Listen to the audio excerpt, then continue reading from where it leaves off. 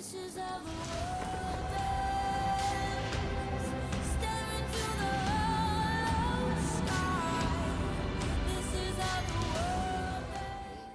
bonjour Baptiste Moulin, merci d'avoir accepté notre invitation pour cette interview. On va procéder à quelques petites questions. Donc comment vas-tu et comment s'est passé ton confinement? Je vais très bien. D'abord, je vais vous remercier pour m'avoir sollicité pour cette petite interview. Mon confinement se passe bien. Je continue donc les entraînements sportifs, D'accord. beaucoup de courses à pied, renforcement musculaire, du vélo aussi, et avec un ami plus en particulier qui lui fait de la motocross. Donc D'accord. on se retrouve un peu dans le même milieu. Et donc, on partage nos expériences, on discute de tout ça. Donc, je garde toujours un pied dans le sport automobile via le biais de mon écurie, etc. D'accord, très bien. Ok. Quel est ton parcours et as-tu des conseils à donner à des jeunes qui voudraient faire comme toi pour se lancer dans le sport auto? Mon parcours, donc, j'ai commencé en 2012. J'ai débuté en karting. Donc, j'étais en vacances sur une île grecque à Santorin. Et Ouais, on a vu qu'il y avait une piste de karting. On a ouais, cherché sur l'île, on n'a jamais trouvé. Et un jour, on était en train de monter pour aller visiter une colline ou une petite montagne. Et là, en haut, on voit la piste de karting en contrebas. Et D'accord. donc, on décide d'aller faire une séance de location avec mon frère et mon papa. ouais. Et j'étais le moins rapide, bizarrement. Et le patron donc le gérant de la piste de karting disait bravo le petit, tu roules bien. Mais moi, je me posais quand même des questions parce que j'étais le dernier. Ouais. Et du coup, on y est retourné toute la semaine. J'ai progressé au fur et à mesure des sessions de location. Et de retour en Belgique, donc j'habite à Tournai, donc c'est près de la frontière Ouais, française. Et ouais. C'est j'ai Lille. demandé pour aller. Oui, c'est ça, oui. J'ai demandé pour aller au karting d'Austricourt avec Mm. mon papa, où j'y étais plusieurs fois semaine, où je m'entraînais. Donc j'ai fait le record de la piste sur les cartes 270 cm3. Ouais, je vois. Ensuite, à l'âge de. Donc j'avais à ce moment-là 12 ans. Je suis Mm. monté sur les kartings 390 cm3, donc toujours en karting de location. Et j'ai aussi eu le record alors qu'on peut rouler avec ces cartes-là à partir de 16 ans. D'accord. Donc Ok. Oui, j'étais déjà content de cette petite oui, je vois. performance-là. Ouais. Pour la Saint-Nicolas, j'ai reçu mon premier karting, donc c'était en 2012, le karting de compétition, donc un kart de temps, Mm. de la catégorie Rotax Junior. Et, et donc j'ai commencé les entraînements, j'allais de plus en plus vite, j'apprenais, etc. Puis j'ai intégré le team MPK, donc, qui est un team basé près de Calais en France, D'accord. et où j'ai énormément appris. C'est là que j'ai fait mes premières courses, j'ai fait mes premiers podiums, et c'est vraiment une structure exceptionnelle pour commencer. D'ailleurs, je la recommande si personne veut commencer le karting. C'est vraiment une structure qui est vraiment faite pour débuter, même pour à haut niveau. Ils se déplacent championnat de Belgique, championnat de France, enfin vraiment toutes les courses, et c'est une très bonne structure. Ensuite, après 3 ans donc passé chez MPK, je suis parti chez Dams Racing, qui est une écurie basée en Belgique, à Geel, dans la région flamande. Et j'ai donc eu le titre de champion du Benelux rookie avec eux. J'ai été troisième au championnat de Belgique rookie également, donc ça c'était en 2016. Et en 2017 j'étais donc toujours avec Dams, sixième au championnat d'Europe. Donc après 4 courses qui disputaient, la première à Genk en Belgique, puis ensuite on est parti à Salbris en France pour aller à Wackersdorf en Allemagne et à Castelletto en Italie. Ok.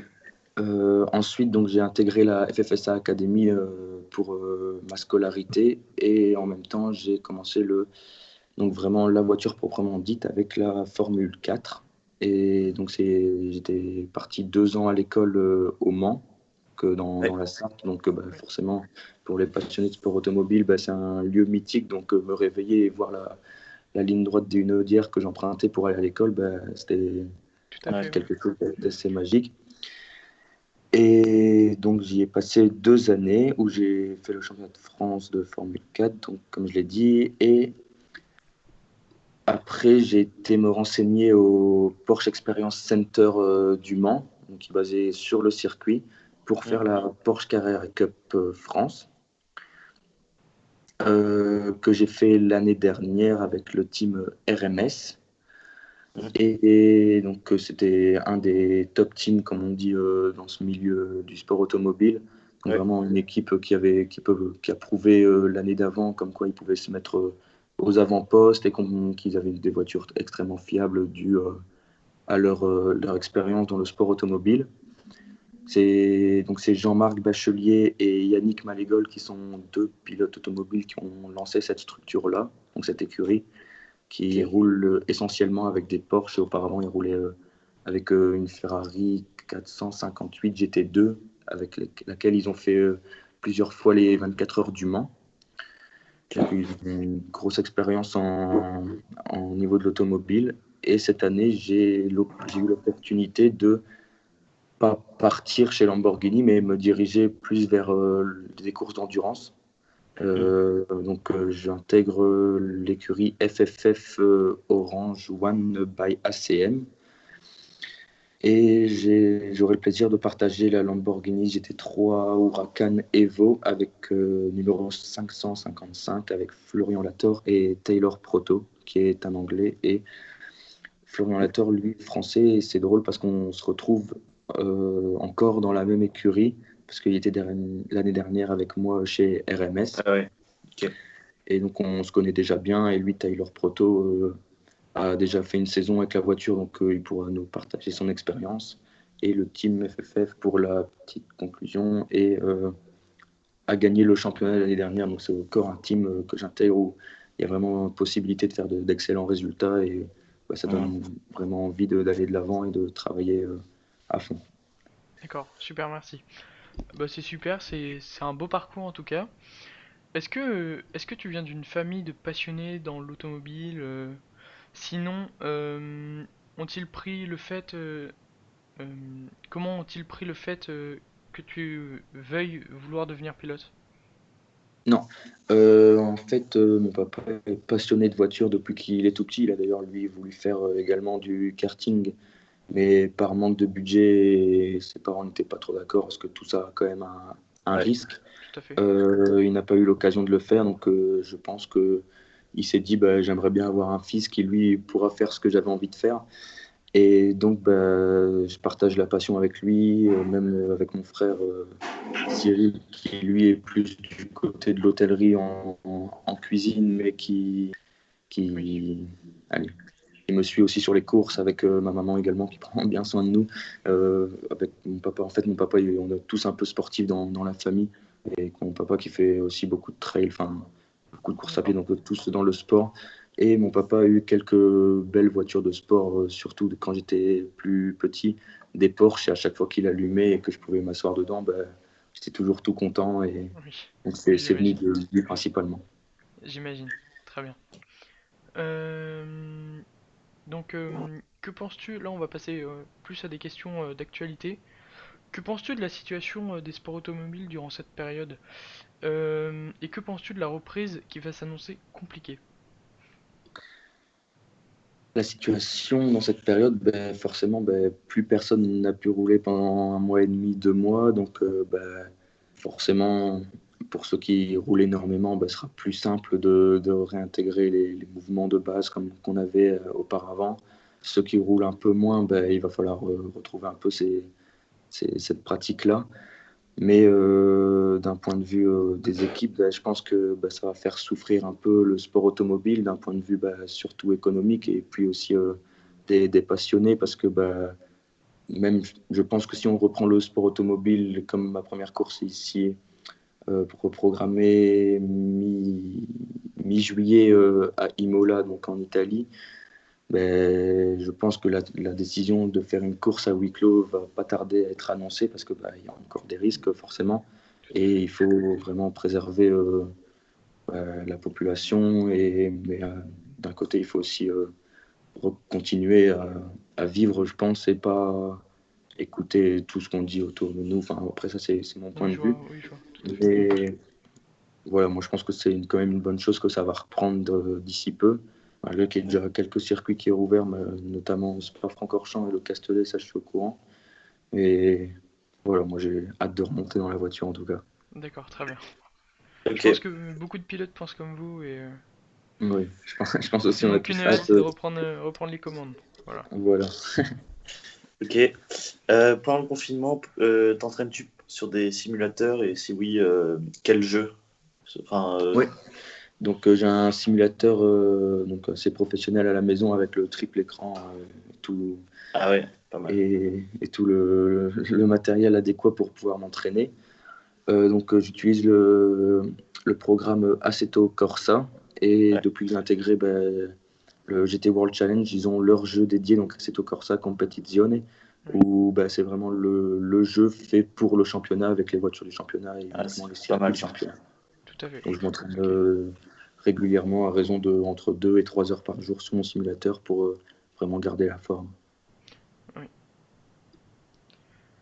Est-ce que tu peux nous dire les caractéristiques de ta voiture dans ton championnat? Oui, donc c'est donc comme j'ai dit tout à l'heure, la Lamborghini Huracan GT3 Evo.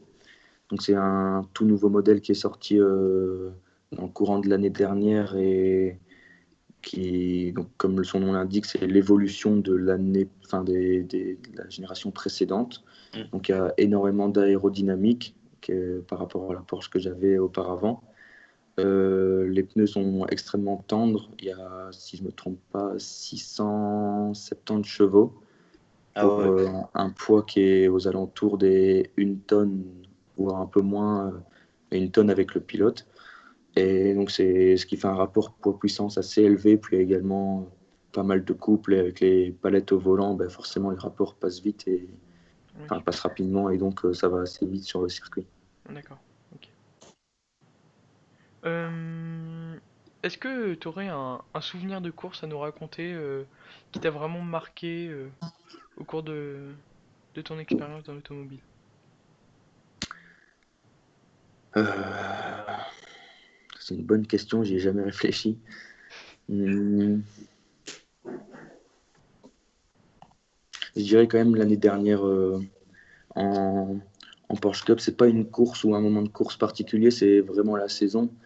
Se retrouver sur des circuits aussi mythiques que Barcelone, enfin, beaucoup de circuits où les Formule 1 roulent et ont roulé, donc Barcelone, Nicourt, le Castellet, Spa-Francorchamps, c'est vraiment des endroits mythiques pour le sport automobile, surtout en Europe et je pourrais même dire dans le monde. Et se retrouver dans des pelotons entre 25 et 30 voitures sur une ligne de départ, ça fait vraiment quelque chose et ouais. ça donne une adrénaline qui fait que c'est des choses qu'on ne peut pas oublier et que ça restera gravé dans ma mémoire à jamais. D'accord. Et voilà. D'ailleurs, tu dis 25-30 voitures. J'ai l'impression que vous étiez beaucoup de voitures dans votre championnat actuel. Dans Oui, le... donc en fait, il faut savoir que au championnat de France, on était plus ou moins une vingtaine de voitures, ce qui était déjà pas mal. Mais sur 2 courses, donc celle de Spa-Francorchamps et celle de Barcelone, nous ont rejoint le championnat du Benelux. Ah, Donc ça a élevé le nombre de voitures à 35, 37 voitures suivant les courses. ah oui, c'est beaucoup. Donc ça fait des sacrés beaux pelotons et tous se retrouver dans le même virage au départ, ça créait parfois des tensions, mais qui restaient toujours assez propres. D'accord. Ok. Ok. Et pour finir, as-tu des ambitions où te projettes-tu dans quelques années te vois-tu évoluer dans une autre écurie ou bien Une autre écurie, moi je ne saurais pas dire à l'heure actuelle. On va voir comment cette saison se passe. Après, dire déjà si l'année prochaine je serai encore chez FFF, ça dépendra des résultats, je suppose, de cette année, comment ça va se dérouler, si je m'entends bien avec tout le team et enfin, tout le staff qui va vraiment travailler sur la voiture et même sur les autres voitures de l'écurie. Donc, comme je l'ai dit, des résultats. Puis, ça dépendra s'ils n'ont pas trouvé un autre pilote qui leur convient mieux. Enfin, vraiment, si je leur satisfais, on verra. D'accord. Et en long terme, moi, je me dirigerai plus vers donc les courses d'endurance, style les 24 heures du Mans. Déjà, j'ai l'opportunité de faire les 24 heures de Spa-Francorchamps cette année, donc c'est la plus grosse course pour moi de GT au monde.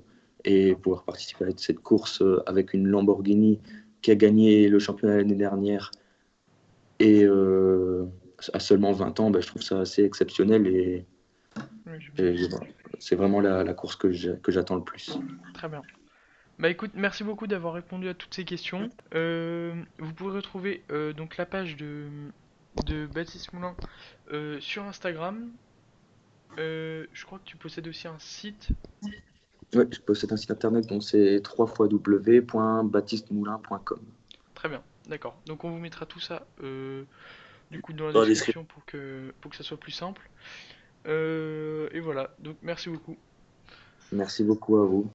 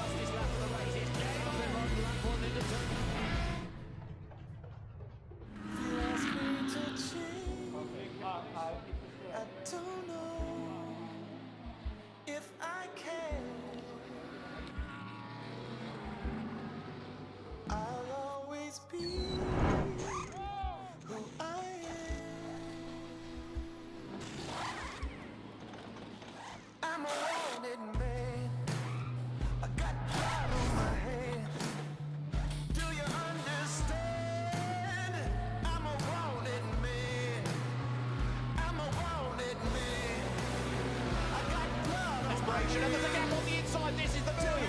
Number 54 car on to win it in the walls.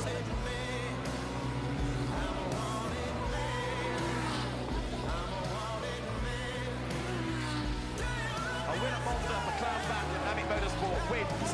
Nico Basquiat, the race winners at Brands Hatch. Davide Rigon win at Silverstone this year to Stephen Kane, Jordan Pepper and Jules Gounon, who win for Bentley. Smile gives a cheer.